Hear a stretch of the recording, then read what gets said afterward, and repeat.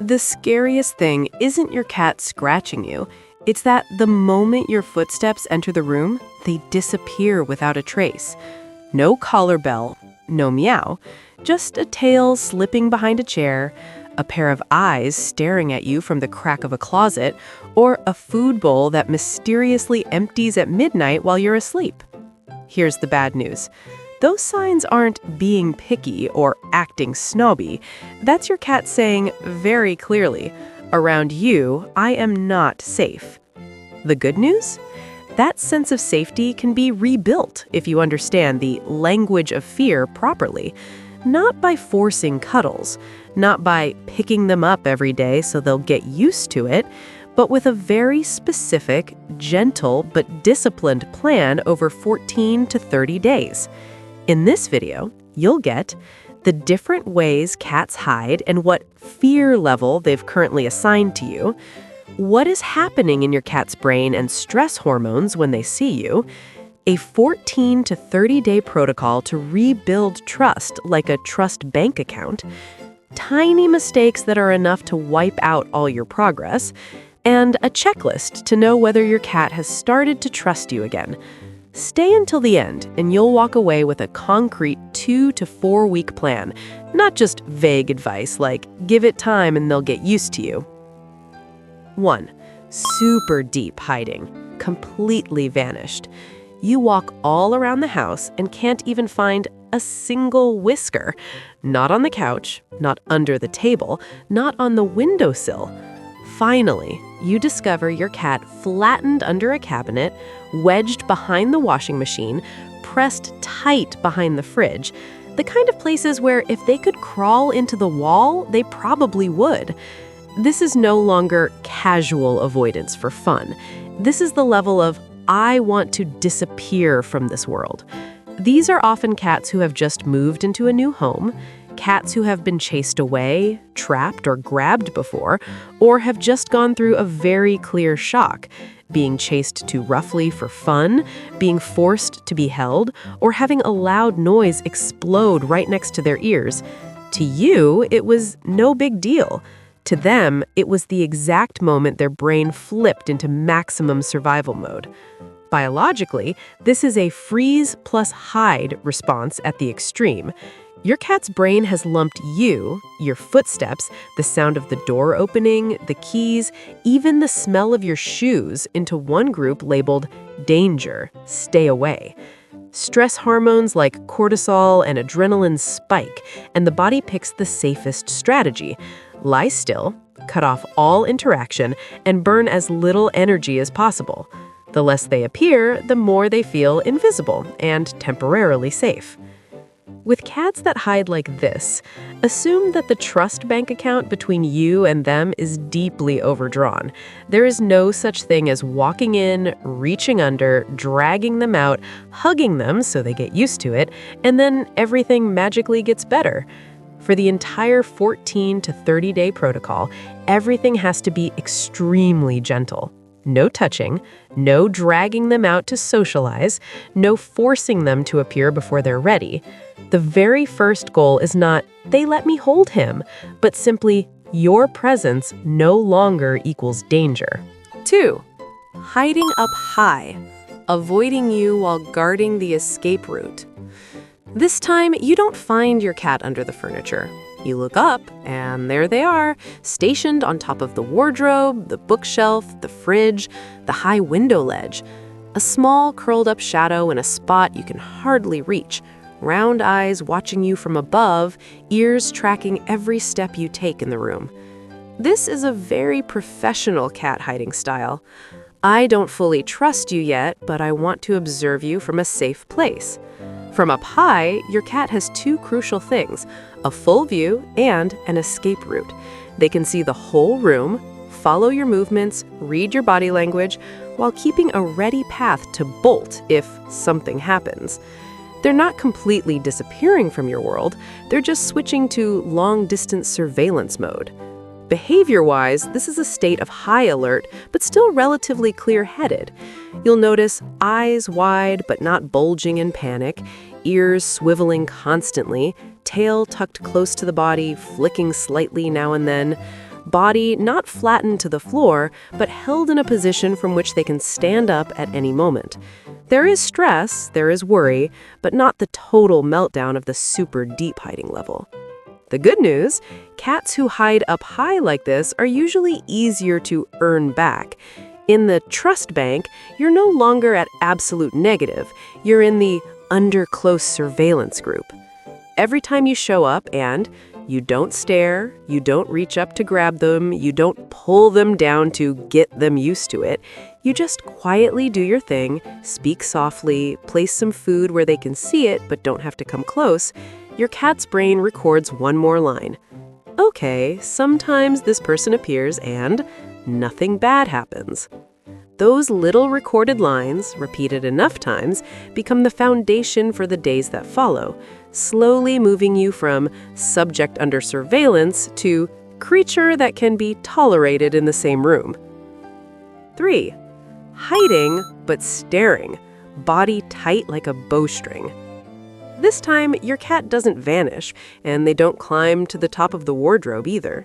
They pick a half-hidden, half-open spot, behind a chair leg, under the table, behind a curtain, next to a box. Only the head sticks out. 2 round eyes fixed on you without blinking, ears slightly tilted back, body held low to the ground, ready to slip deeper into the shadows at the slightest startle. This is a hiding style with a very clear message. I'm scared, but I also need to keep an eye on you. They don't want to lose track of you. They need to know where you are in the room, what your hands are doing, which way you're moving, how fast you're walking. This is a state of over-alertness, hyper-vigilance, like when you sit in a room but keep turning your head because you feel something is off. If you look closely, you'll see their body is tight like a pulled string. Eyes wide, pupils dilated to take in as much information as possible, ears slightly flattened but still rotating toward each tiny sound, body trembling slightly or changing position very slowly, always ready to sprint away. Inside, their heart is usually beating faster, breathing is shallow and quick. The nervous system is stuck between 2 commands, hide more and stay to watch a bit longer. Because of that, a single tiny mistake from you, reaching in just to check, trying to pet them to get used to it, or lowering your face close to them, can blow up all that silent observation work. Your brain will upgrade you from suspicious subject to someone to avoid as much as possible. In the trust bank, cats who hide like this are like a person who still leaves the door slightly open but with their hand gripping the lock. Every time you walk by without pretending to scare them, without reaching in, without calling repeatedly, you're depositing a tiny amount. You walked by and didn't startle me. You sat down and didn't try to touch me. You know I'm here, but you're not forcing me to come out. 4. Hiding with trembling, fast breathing, glued to the floor. Sometimes you don't have to search long. You see your cat right there, by the chair leg, in the corner, next to the cabinet. But what chills you isn't where they're hiding, it's how they exist there. The whole body is pressed flat to the floor, belly almost touching the ground, tail wrapped tight against the body, shoulders hunched, legs tucked in, eyes wide and staring, breathing fast, chest heaving, sometimes even shaking. The moment you move a bit, they either bolt away or freeze even harder. This is a very clear level of fear. I think I'm about to get hurt. Unlike the super deep hiding that feels like I want to disappear from the world, this looks more like a panic attack on the spot.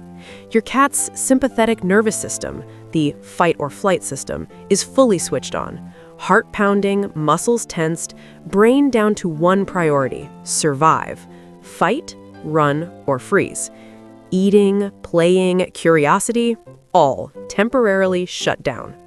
If this state goes on, you may see other signs: refusing food, hiding so long they skip the litter box, diarrhea, vomiting, duller fur.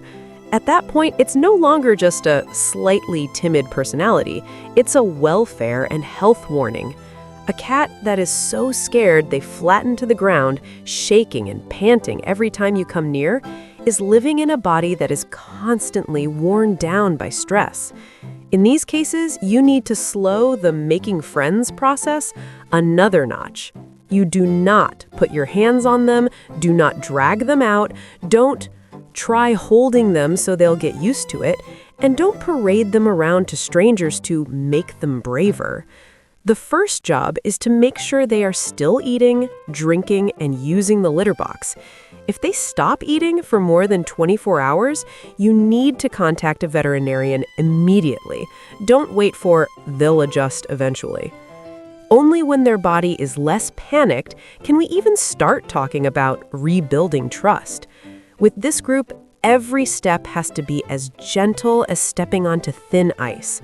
Slow, small, but precise, so their brain has a chance to learn a new sentence. Being near you no longer means pain. 5.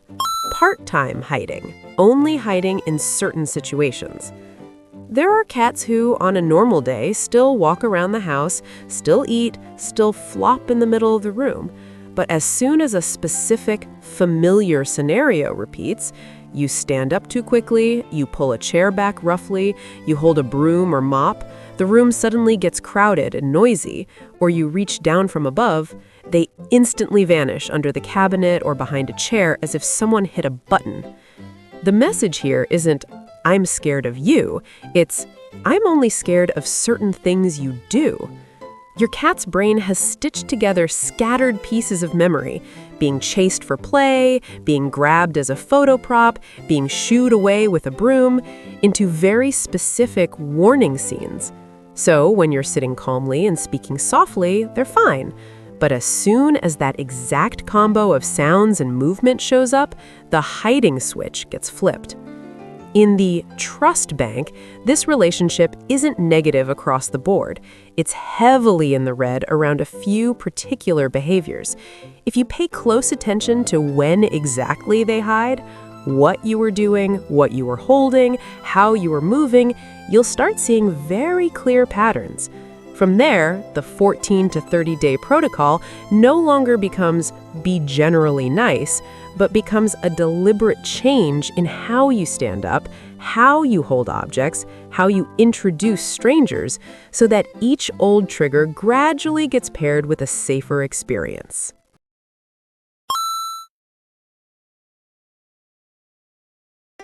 From the outside, all you see is a cat hiding. But inside, their brain is doing one very specific job: scoring how safe you are. All it takes is one moment that was too much to handle, being chased, grabbed from above, forced to be held, shooed away from a sleeping spot, a loud noise exploding right next to their ears, and your cat's brain will screenshot your face, your voice, your footsteps, your smell, the whole room, and save it all into a folder called Dangerous. Next time, when even a tiny piece from that folder repeats, the jingle of keys, a shadow walking past, a hand reaching down from above, the alarm area in the brain, the amygdala, doesn't sit there thinking, "Maybe today is different." It fires one instant command: hide! Stress hormones rise, heart rate goes up, muscles tense, eating, curiosity, being well behaved, all shut down. The only priority left is survival. That's why a cat glued to the floor, shaking and panting, has zero space left in their system to be polite to their owner. The bad news: a cat's brain holds on to fear very stubbornly. Every time you repeat one of the big mistakes tied to those 5 hiding styles above, the fear pathway gets carved even deeper. The good news: they can still learn again. The brain doesn't delete the dangerous folder, but it can create a new one called safe if enough times your cat sees you appear and nothing bad happens. The easiest way to understand this is to picture your relationship with your cat as a trust bank account. Each time you show up, move gently, don't touch, don't startle them, and allow them the right to hide if they want, you're depositing a little bit. Each time you chase, drag them out of their hiding spot, force hold them, let strangers grab them or snatch them from above, you're making a big withdrawal. And just like in real life, one big withdrawal can wipe out a lot of small deposits. From this point on, every detail in the 14 to 30-day protocol revolves around one question. Is this action putting more into my cat's trust account, or is it taking away from it?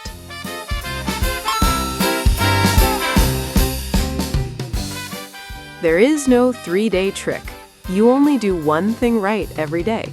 You deposit a little more into the trust bank account and avoid repeating the big mistakes tied to the 5 hiding styles.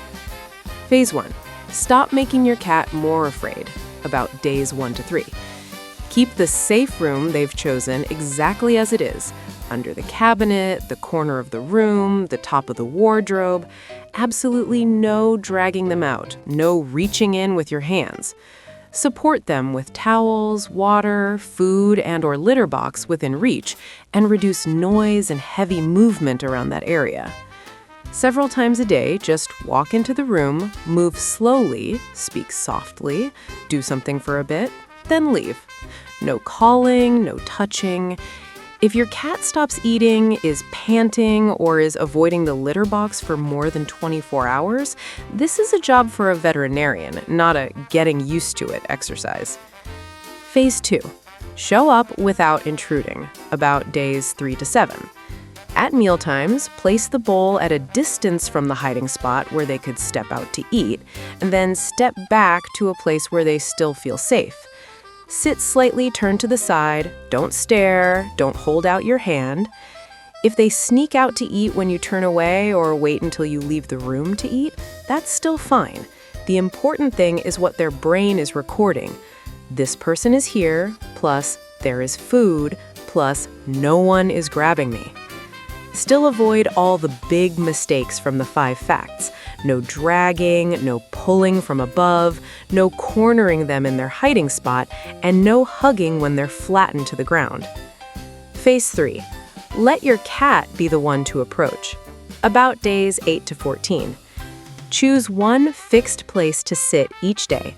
Lower your body, keep your hands low and open, and don't reach down from above their head. You can place a treat or toy slightly closer to you, but always leave a wide, clear escape route. If they only dare sniff your hand and walk away or inch closer for a few seconds, then hide again, that still counts as progress. The moment you see ears flatten, eyes tense, body flattening down, you stop and back off half a step. Don't push further to get them used to it. Phase 4. Live normally while softening the old triggers from about day 15 onward. When they're already willing to move around, eat, and lie in the same room as you, you start reintroducing the situations that used to make them hide, standing up, holding a broom, a noisy house, but in a softer version. Warn them before you stand up, rise slowly, don't walk straight toward them, carry the broom past them without pointing it at them, tell guests not to pick them up or grab them from above. Every time an old trigger appears without being followed by a bad experience, the safe file in their brain gets a bit bigger and the dangerous file gets a bit smaller. Each week, you only need to quickly check in with yourself with these 3 questions. Are they still hiding all day, or are they appearing within your line of sight more often? When you enter the room, do they still flatten to the ground and pant, or can they now relax, groom, and slow blink? Each day, do you have at least one moment of you enter, you don't startle them, you don't touch, you leave peacefully? The more yes answers you have, the more that trust account is growing, and the being close, allowing cuddles, and being held part will come on its own afterward.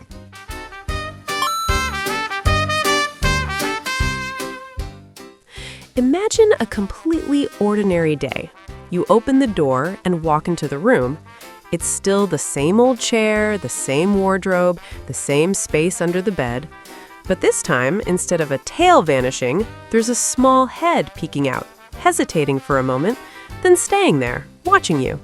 No cuddling, no picking up, just not running away.